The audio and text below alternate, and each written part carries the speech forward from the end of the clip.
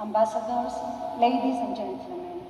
After 169 days, we are here today to mark the conclusion of the Cyprus presidency of the Council of the European Union. We meet at the iconic and symbolic Prague Crossroads International Spiritual Center, created by Dagmar and Václav Havel, housed in St. Anna's Church, which has become a place for diverse events and performances in a multicultural world. There is a lesser-known aspect of history linking Cyprus, albeit remotely, with this venue. The Knights Templar, who settled in the vicinity of this church in the 13th century, had previously ruled Cyprus before they arrived in the heart of Bohemia. But history aside, this is a time of reflection and of renewed commitment to the European project. A lot has happened, ladies and gentlemen, since Cyprus assumed the presidency at the beginning of this year. We have witnessed events of an unprecedented character, including in the Western Hemisphere and the wider Middle East, events which still dominate the international agenda. At the same time, the Russian aggression against Ukraine remains an open wound for the 5th consecutive year. During the past semester, Europe has once again demonstrated its resilience, its capacity for cooperation, and its unwavering belief that, despite all challenges, our strength lies in our unity. Our presidency has been guided by this conviction from the very beginning. We assumed the responsibility of the presidency at a time when Europe confronted serious challenges: geographical instability, economic pressures, the accelerating pace of technological change, and the urgent need to strengthen our security, competitiveness, and social cohesion. These challenges demanded not only technical solutions, but also political courage and a shared sense of purpose. Throughout the presidency, we worked tirelessly to advance that purpose. We have worked for strengthening cooperation on security, defense readiness, and strategic autonomy in order to ensure that the Union remains capable of protecting its citizens. To this end, financial assistance under SAFE was made available to 2 more member states, the Czech Republic and France, while €90 billion support loan was secured for Ukraine. We advanced discussions on economic resilience and competitiveness in order to promote a Europe that can innovate, produce, and lead in a changing world and attain prosperity, well-being, and social cohesion for its citizens. We strove to ensure that the EU budget and the multi-annual financial framework support these goals. Discussion on this issue actively advancing. We work to achieve progress on energy security and climate commitments, combining ambition with realism and solidarity. We continue to uphold Europe's role as a global actor committed to stability and defending international law and human rights. Together with partners, we work for the implementation of the new Pact on Migration and Asylum, which will contribute to better dealing with a problem of major concern to many member states. Also, a few days ago, the Union took a major step by deciding to open accession negotiations with Ukraine and Moldova. Because for the Union, enlargement is a strategic choice. It is also recognition of their determination and hard work in advancing reforms, even in the face of challenges. By bringing nations closer together, we promote peace, security, and prosperity across the continent. Needless to say that in these efforts, and whatever the achievements may be, we were not alone. They are the result of the collective effort and work of all member states, of the European institutions, and for all those who endeavor to advance the presidency's agenda. This is the advantage of the European Union, and it remains its great strength. Ladies and gentlemen, if Cyprus has learned something from this exercise, it is that influence does not only depend on size, it also depends on the ability to make the most of one's relative advantages.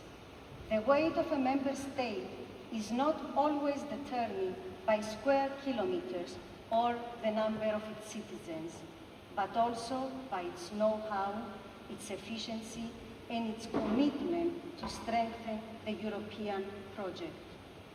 As we now hand over the presidency to Ireland, we do so with confidence and having the certainty that what has so far been achieved will be carried on successfully and effectively during the next semester.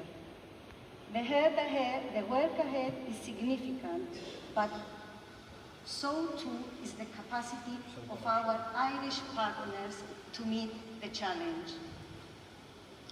Dear friends, allow me on this occasion to express my sincere thanks and appreciation to all my European and Czech colleagues who, with their advice and otherwise, assisted me in discharging my duties as their local president.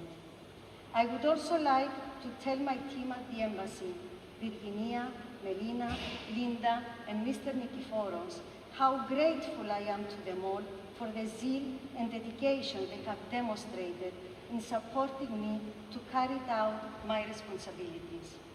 Tonight's event wouldn't be possible without the valuable contribution of our sponsors, Metocheni and the Greek Corner. I am grateful to both of them. Many thanks also to Rania Menelau, a Cypriot artist who lives and works in Prague, and the performers who came from Cyprus and will present to us the concert, Cyprus Between Continents Within Time. And of course, many thanks to all of you who have joined us tonight in this symbolic event. Finally, my sincere gratitude and appreciation to Deputy Prime Minister, Mr. Karel Havlicek, who, despite his busy schedule, has found the time to honor us tonight with his presence. Thank you. So, Your Excellencies, ladies and gentlemen, dear friends, it's a really privilege for me, it's an honor for me to be here with you. And first of all, I would like to thank the Cypriot presidency for your hard work and for excellent results. And you did a great job, really. Thank you very much. And really, it was not easy. As you know, there is a conflict in the Middle East, and let's say the increasing prices of the energies, increasing inflations, but definitely you solved it and you managed it at the highest level. As you know, I'm a member of the European energy family, European industry family, and European competitiveness group. And definitely I highly appreciate not only your results, efforts and activities, but also your style of communication. Really excellent, and thank you very much. I wish Irish presidency good luck.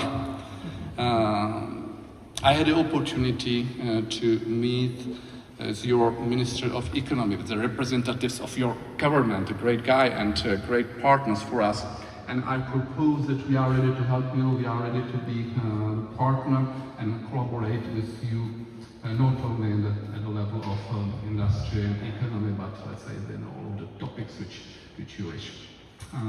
And it will be not easy also for you. As you know, European Union right now is losing competitiveness And European companies, they are moving to America, moving to China, to Indonesia, and we have to stop it because we have to persuade the European population that the engine of the economic growth must be the private sector, and the role of the governments, the role of the European Commission, the role of the states is to create a comfortable environment and stabilize the private sector and stop the movement of the business and private institutions to America or to China. China is beating Europe right now, and they are beating the Europe with the same weapons, with the weapons, I have to say.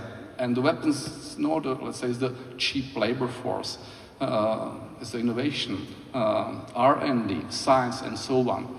So there are the huge challenges. Well, we have to change the system of the emission allowances. We have to stop the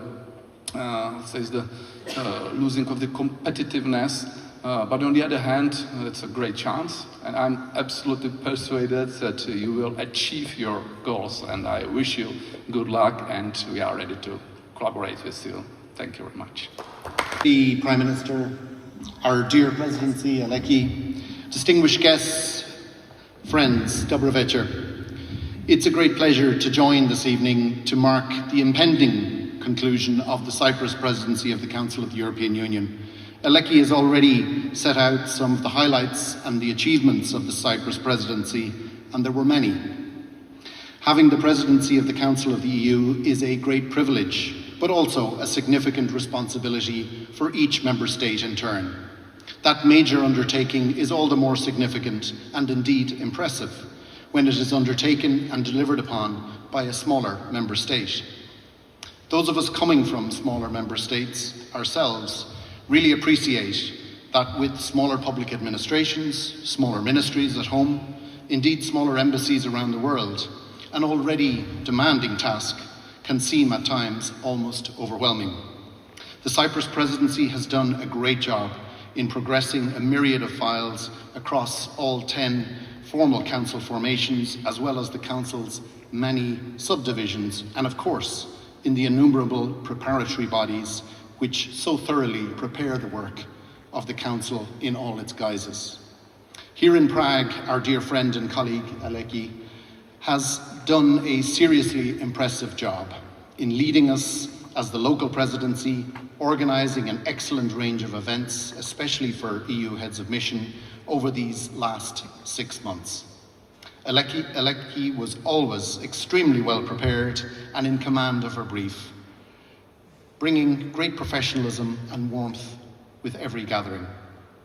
One thing that I have noticed over these last months has been Aleki's broad smile has been widening further and further with each passing week, especially as she has anticipated the conclusion of the Cyprus presidency.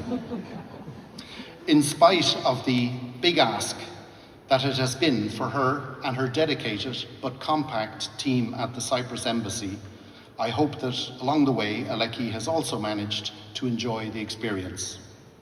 In less than 2 weeks, Ireland is honoured to again assume the presidency of the Council of the European Union, our 8th such presidency since our accession in 1973. Our work will be guided by the enduring principle which is eloquently captured in the Irish language proverb Niart Gacur Lekela, which means that there is no strength without unity. The Irish presidency will have 3 central themes which are interlocking and mutually reinforcing. They're delivering on European competitiveness, on European values, and on European security. Under these themes, we'll look forward to building on the work done by Cyprus to serve the 450 million citizens of the European Union, to help build our prosperity, to advocate proudly for our values on which our union is built, and to ensure the safety of our people. The Irish presidency looks forward to representing the interests of all member states, working honestly and transparently to find agreement and compromise. We also look forward to working collaboratively with the other EU institutions, especially our co-legislator, the European Parliament, and of course, the European Commission.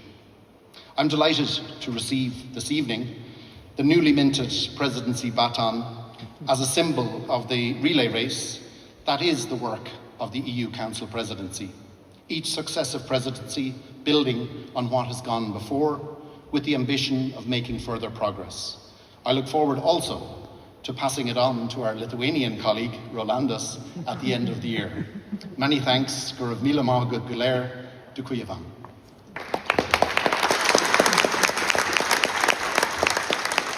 Now the time has come for the passing of the baton.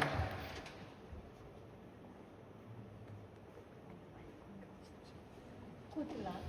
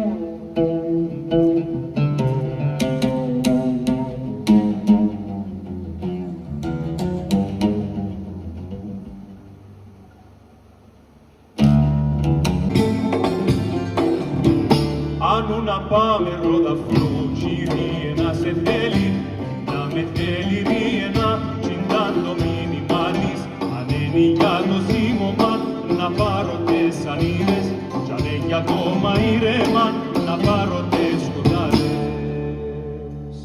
Γιάννη το τσίνον το στρατή, τσίνον το μονοπάτι, το μονοπάτι φτάνει στις ριένας των τύπων.